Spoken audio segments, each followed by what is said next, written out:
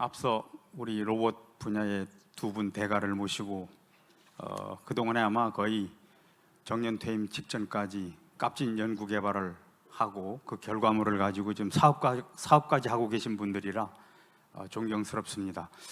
저는 거꾸로 기업에서 한 20년 넘게 있다가 학계에 한 17년 갔다가 다시 업계로 왔습니다. 그러니까 로봇 분야만 저도 이제 꽤 오래 했는데 어쨌든 저는 바라보는 시각을 한정해서 서비스 로봇 분야로 한정하고요. 또 하나는 현재 제가 이제 로봇 산업을 키우는 역할도 했었기 때문에 우리가 이제 앞으로 풀어가야 될 숙제까지 좀 같이 공유하면서 여러분하고 이제 어떻게 보면 논의하는 자리를 가져보겠습니다. 세 가지 주제로 할 거고요.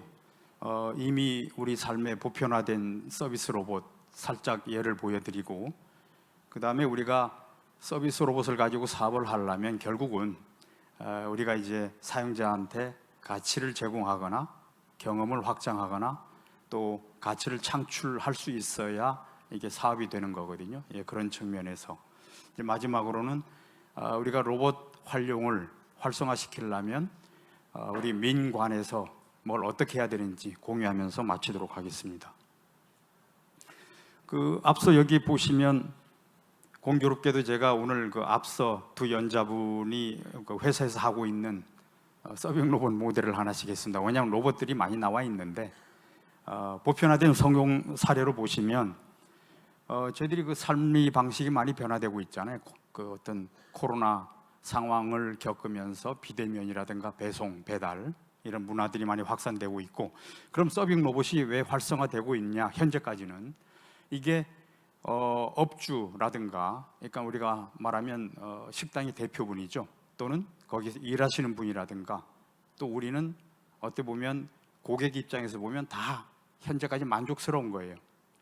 가치도 창출하고 경험도 확장하고, 아까 제가 말씀드린, 그래서 이게 성공하고 있다고 현재까지는 판단하고 있습니다. 두 번째는 이게 전문 서비스 영역인데요. 수술 로봇입니다. 예를 들어서 공교롭게도 이거는 국산 로봇보다는 외산이지만 그렇더라도 결국은 이 수술 로봇이 왜 이게 활성화되고 있냐? 저기에서 보시면 결국 이제 환자 입장에서도 좋은 겁니다. 여기에 과거에는 수술을 하려면 절개 부위가 굉장히 넓었는데 지금은 최근까지는 구멍을 3개 또는 최근에는 배꼽을 중심으로 1개만 내면 되도록 하기 때문에 아무리 수술 비용이 비싸더라도 뭐 합병증을 최소화한다거나 입원 기간을 줄인다거나 이런 또 장점이 있고요. 의사들은 예전에는 50이 넘으면 서전들은 손이 떨려서 수술을 못했습니다. 그런데 이 장비에서는 여기서 손이 좀 떤다 하더라도 실제 우리 인체 내에 들어가 있는 로봇은 떨질 않습니다. 그렇게 이제 기술이 되어 있고요. 그렇기 때문에 그런 어떤 신체적 부담 경감이나 어떤 수술 환경의 고도화나 이런 또 장점이 있고, 의료기관은 당연하죠. 브랜드도 높이고 어떻게 보면 가치도 창출하고 이런 3자 또는 2개 이상의 만족돼야 사업이 성공하는 겁니다. 그래서 많은 서비스 로봇이 좀 안 되는 사업에 어떤 활성화가 안 되는 이유가 여기에 저는 있다 보고요. 그래서 두 번째 주제로 넘어가면요. 자, 아까 이제 앞서서 로봇 기술도 얘기했고, 그다음에 AI 기술부터 활용까지도 이제 말씀하셨는데, 결국은 우리가 이제 어떤 서비스로서 성공하려면 궁극적으로는 고객 맞춤형이라든가 차별화 서비스를 줄 수 있어야 되거든요. 그리고 없어서는 안 되는, 우리가 휴대폰처럼 없어서는 안 되는 서비스를 줄 수 있어야 되는데, 결국은 우리가 로봇 단독으로 할 수는 없습니다. 거기에 소프트웨어를 중심으로 한 어떤 데이터 기반으로 데이터를 분석해서 어떤 서비스를 줄 거냐, 또 하나는 그러려면 AI를 어떻게 활용하고, 또 하나는 우리가 관제라든가 원격에서 모니터링하고 하려면 이 환경, 우리가 사용하는 환경이라든가 이 어떻게 보면 상황을 어떻게 이제 우리 그 가상 환경으로 바꿔줄 거냐, 이런 소프트웨어 측면에서의 기술하고 로봇 기술하고 그 다음에 적용될 도메인, 이 도메인에 특화해서야만 결국은 우리가 차별화된 서비스, 사업, 성공하는 사업이 될 수 있다는 겁니다. 그래서 시사점을 이제 배경하고 시사점을 보시면 서비스 로봇 활용 사례가 그나마 다행스럽게 활성화된 기점이 우리 코로나19 이후입니다. 이 감염병 영향으로 인해서 아까 말한 일상생활에 이제 그 변화가 왔고요. 다음에 인공지능 기술이 어쨌든 혁신이 왔습니다. 우리가 현재 모든 것을 해결하는 완벽하지는 않지만 그래도 과거에는 어떤 제한적인 한정된 대화가 되던 게 그래도 지금은 생성형 AI 기술을 활용해서 그나마 어느 정도 만족스러운 대화, 상호작용이 되고 있거든요. 그 다음에 세 번째가 로봇을 점차 쓸 수밖에 없는 게 저출산 고령화로 인해서 결국 로봇 도입을 촉진하고 있습니다. 이런 어떤 배경이 있고요. 앞서 제가 지금 이미 그래도 시장에서 어느 정도 인정받고 성공하는 사례를 얘기했는데 거기 시사점은 뭐냐면 로봇 가격 이슈는 실제 그렇게 중요하지 않습니다. 아까 수술 로봇 한 세트가 평균 30억이거든요. 30억 원. 도면에 따라서 어떤 결국은 이제 가치 창출, 가치 제공 이런 것들이 되냐에 달려 있는 거고요. 또 로봇 또한 우리 그 하드웨어, 기계 메커니즘은 지금은 국산이든 외산이든 크게 중요하지 않고 있습니다. 왜냐하면 그걸 활용해서 도메인 난리지를 넣고 어떤 플랫폼을 쓰고 해서 어떤 서비스를 맞춤형이든 차별화든 어떤 가치를 줄 수 있느냐, 여기에 좀 맞춰져 있거든요. 그래서 결국은 우리 그 국내의 의료진이 다빈치 로봇이 국내의 다양한 수술에 쓰는 이유가 뭐냐면 우리가 의료진들이 도전성도 있지만 손재주가 좋습니다.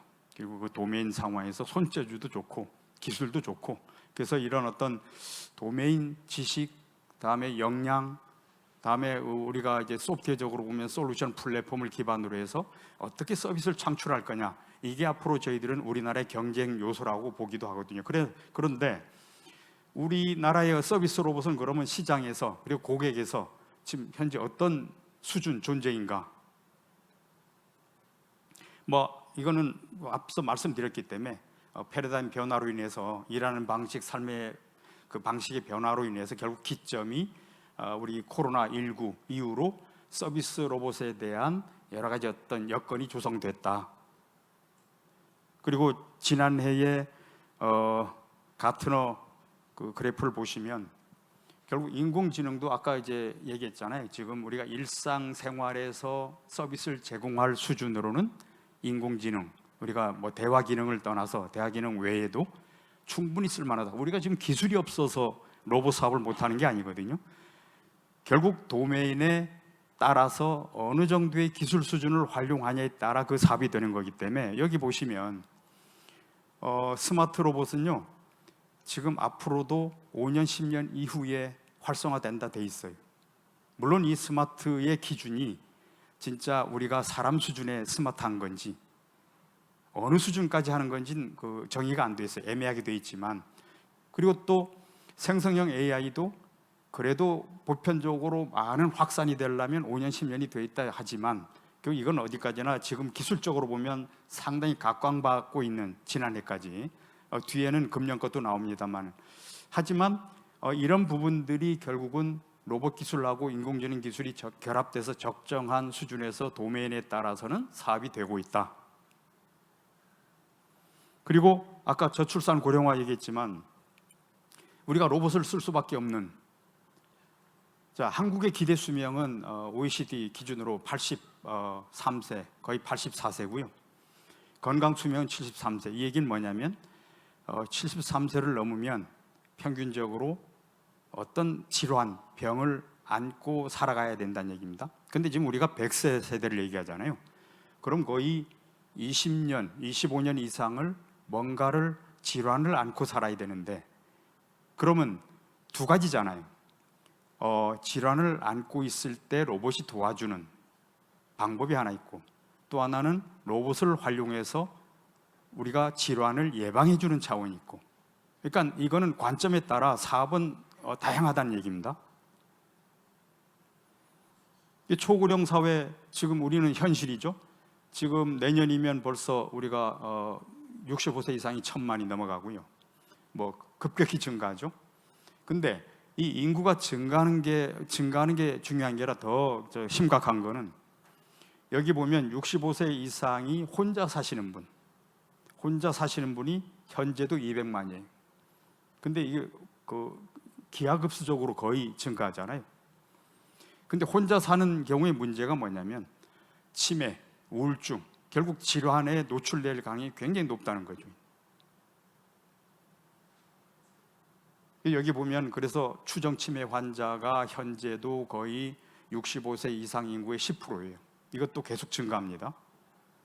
이 질환이 가만두면 질환 환자는 늘어날 수밖에 없는 거죠. 그리고 또 하나는 이제 여러분들이 다 같이 해당되는 건데, 이게 부양에 관련된 건데요. 금년 기준으로 보면 우리가 2사람 정도가 벌어서 모시거나 아니면 세금을 내서 가능한데, 이게 35년쯤 되면요, 한 사람이, 우리나라 젊은이 한 사람이, 생산 가능 인구 한 사람이 65 이상 한 분을 모셔야 되는 거예요. 이게 모신다는 게 모시든가 세금을 내서 정부가 하든가. 결국은 무슨 얘기냐면 일할 사람도 없고, 그렇다면 또 일할 사람 없다는 거는 케어할 사람도 없지만 현장에서 일할 사람도 없다는 거죠. 결국 로봇 기술을 활용해야 되는 건데, 그래서 우리가 로봇 활용 서비스를 보시면 다양한 영역에서 서빙 로봇, 배달 로봇, 방역, 다음에 요즘 푸드테크라 해서 지금 오늘 앞서서 발표한 두 분도 이쪽 영역도 사업하고 있거든요. 이제 푸드테크 쪽으로. 그리고 우리 복지 서비스 차원에서도 여기 보면 저출산 고령화 이슈로 인해서 일할 사람이 없으니까 로봇을 활용해서 여성이나 고령자도 현장에서 일할 수 있게 로봇을 착용해서 할 수 있게 지금 일부 회사에서는 하고 있고요. 또 아예 걷지 못하는 분들, 또 나이 들어서 근력이 좀 부족한 분들, 그리고 이 부분은 실은 저희 회사 것도 하나 넣었습니다. 저희 돌봄 로봇 회사인데요. 저희들은 지금 그룹으로, 이게 경로당일 수도 있고요, 노인종합복지관에 어르신들 다수가 모여서 하나의 시스템입니다. 로봇, 다음 스크린, 다음에 어떤 게임판까지 해서, 물론 여기에 인지훈련을 위한 게임이 20종, 의사들하고 같이 개발한 20종의 게임이 들어있고요. 게임을 하는 가운데 인지훈련이 되고, 인지훈련이 결국 치매 예방하는, 재미있게 놀면서 치매 예방하는 이제 그런 사업을 하고 있습니다. 일부가. 자, 마지막으로 그러면 앞으로 우리가 지금 아까 앞서서 여러 가지 이슈도 말씀드렸는데, 서비스 로봇을 활성화시키려면, 그 시장을 활성화시키려면 좀 우리가 뭘 해야 되냐? 궁극적으로는 현재 제일 걸림돌이 이겁니다. 서비스를 하려고 그러면 법, 제도, 규제가 막혀 있습니다. 상당히 많이 막혀 있고요.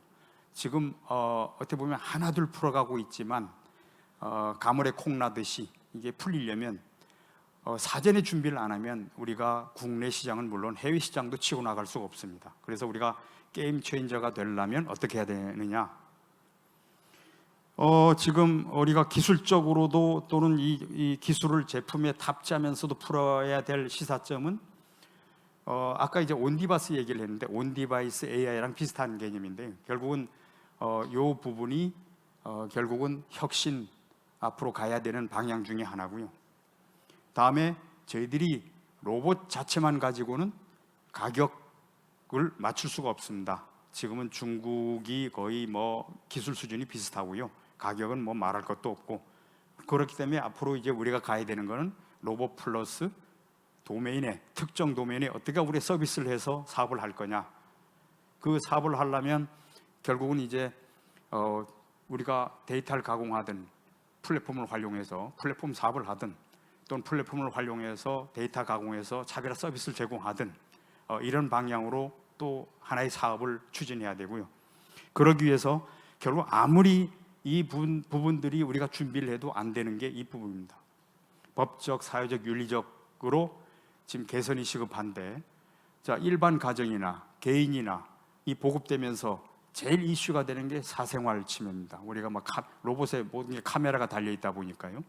그리고 이게 우리 개인이 쓰기 위해서는 개인 정보나 생체 정보를 모으다 보니까 이 개인 정보 유출 문제, 다음에 로봇이다 보니까 안전사고 문제, 이런 것들에 대한 우리가 이제 그 법, 제도, 규제 그 완화라든가 개선도 있지만 법적 책임을 어떻게 우리가 해소해 나갈 거냐.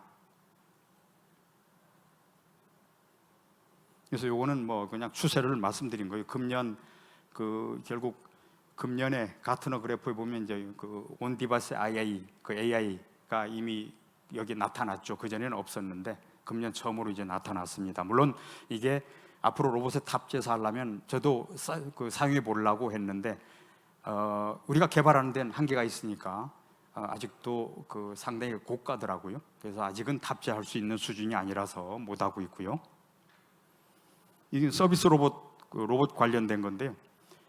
보시면 여기에 그 뭐 물류 로봇 포함해서 여러 가지 로봇들이 지금 가트너 그래프에 나와 있는데, 결국은 뭐냐면 우리가 이제 개몽 단계라고 하는데 넘어서 우리가 이제 그 생산성 안정 단계로 가려면 여기에 나온 게 결국 모든 건 서비스이기 때문에 서비스 관련된 규제, 걸림돌이 너무 많다.